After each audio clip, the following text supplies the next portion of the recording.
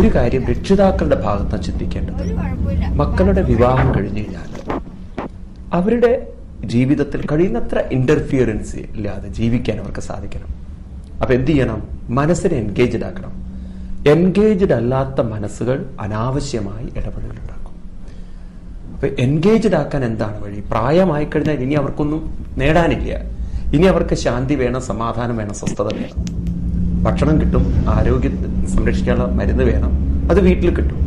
അപ്പൊ മനസ്സിനെ എൻഗേജ്ഡ് ആക്കാനുള്ള ഒരു വഴി ഭാരതത്തെ സംബന്ധിച്ച് ഒന്നും നമ്മുടെ പറയാനില്ല. കാരണം അത്ര ആത്മീയ ഗ്രന്ഥങ്ങളും ആത്മീയ വിചാരങ്ങളും ഇവിടെ ഉണ്ട്.